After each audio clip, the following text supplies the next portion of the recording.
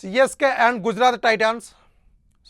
So ముఖ్యంగా ఈ మ్యాచ్లో చూసుకుంటే ధోని గురించి, ధోని ఆడతాడా లేడా, ధోని ఫ్యాన్స్కి ఇంకా అనుమానాలు ఉన్నాయి, తను ఇంకా ఆడేలా కనిపించట్లేదు. చూడాలి మరి ఏం జరుగుతుందో. ఎందుకంటే తను నెక్స్ట్ మ్యాచ్ ముంబై ఇండియన్స్తో ఉంది. ఆ మ్యాచ్తో తను రంగంలో దిగుతారు అంటున్నారు. ఈ మ్యాచ్ ఆడతాడా లేదా అనేది మాత్రం ఇంకా కన్ఫర్మేషన్ అయితే లేదు. అండ్ ఇక మ్యాచ్ విషయానికి చూసుకుంటే సిఎస్కే చిన్నగా పుంజుకుంటుంది. 7 మ్యాచెస్లో వాళ్ళు స్టార్టింగ్ 3 మ్యాచ్లు ఓడిపోయినా తర్వాత 4 మ్యాచెస్లో 3 మ్యాచెస్ గెలిచారు. సంజు శాంసన్ ఫుల్ ఫామ్లో ఉన్నాడు.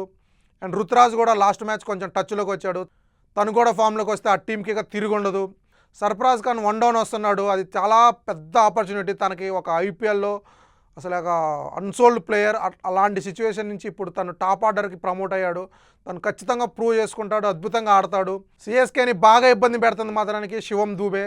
తను అట్టర్ ప్లవ్ అవుతున్నాడు. ప్రతి మ్యాచ్ తన మీద చాలా హోప్స్ పెట్టుకుంటున్నారు. అంటే టాప్ ఆర్డర్ బాగా ఆడాక తను ఫినిషింగ్స్ అక్కడ గీయలేకపోతున్నాడు. ఆడకపోవడం వల్ల ప్రతి మ్యాచ్ వాళ్ళకి ఒక 20 రన్స్ బిలో ఉంటుంది స్కోర్ అనుకున్న దానికంటే. సీజన్ అయిపోయింది, మిగిలిన మ్యాచ్లు అన్నీ గెలిస్తేనే సిఎస్కే క్వాలిఫై అవుతుంది.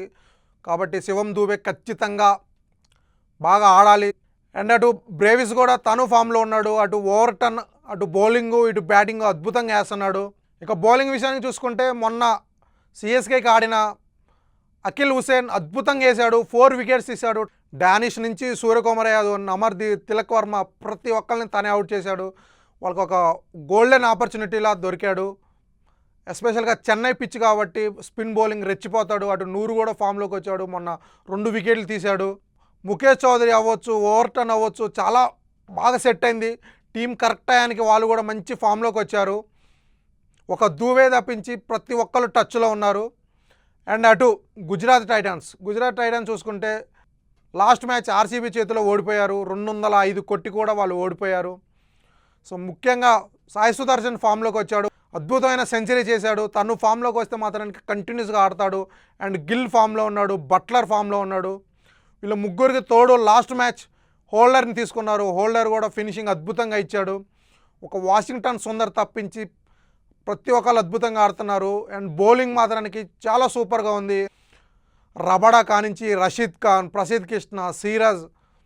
సో బౌలింగ్ మాత్రానికి అద్భుతంగా ఉంది. ఇంకొకళ్ళు వీళ్ళకి ఆశీష్ నెహ్రా ఉన్నాడు వెనకాల.